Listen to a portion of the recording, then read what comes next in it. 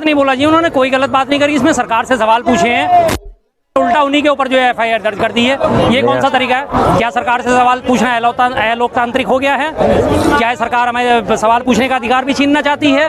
कोई भी आपकी कमी है, कोई भी आपकी जो है सत्ता पक्ष से ही सवाल पूछे जाएंगे, विपक्ष से तो कभी नहीं पूछे जाएंगे।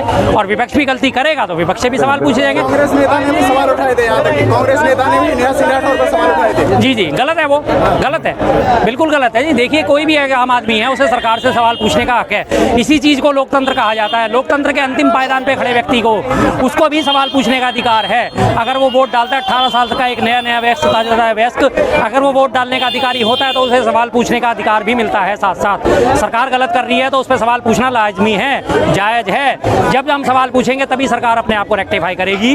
जब हम किसी से सवाल पूछते हैं तभी उन सवालों के जवाब मिलते हैं, तभी इन सवालों के जवाबों से आगे की रूपरेखा तय होती है कि हमें क्या हो सकता है और क्या करना है।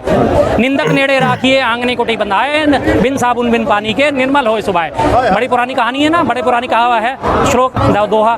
तो इसी चीज से निंदकों की बात सुननी चाहिए। विकास देवी कीर्ति जी हैं, उनका एक वीडियो वायरल हो रहा है, इसमें उन्होंने कहा है कि जो देश की मूल प्रकृति है वो हिंसक नहीं है, लेकिन जिस तरीके से घटना घटी उसके बाद एक विभाजन वाली जो राजनीति हुई, इसे कैसे देखेंगे आप? ठीक बात कही है उन्होंने, जो उन्होंने देश की मूल प्रवृत्ति हमारी है वास्तव में हिंसक नहीं है। भारत का इतिहास रहा है, भारत ने कभी भी किसी देश पर आक्रमण नहीं किया है, ये सब लोग जानते हैं। भारत ने आक्रमण कब करा था?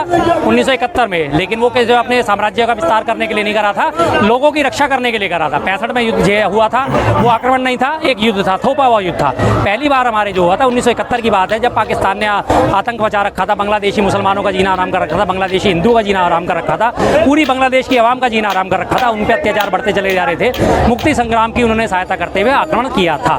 लेकिन वैसे अगर हम देखा जाए तो साम्राज्य विस्तार के लिए कभी भी आक्रमण नहीं करा है। जो बात उन्होंने कही है वो ठीक है। तो दोस्तों, शर्मा जी की जानकारी आपको कैसी लगी? हमें अपनी राय कमेंट बॉक्स में कमेंट करके जरूर बताएं, और साथ ही साथ इस वीडियो को ज्यादा से ज्यादा शेयर करें ताकि ये वाली इन्फॉर्मेशन लोगों तक जरूर पहुंचे।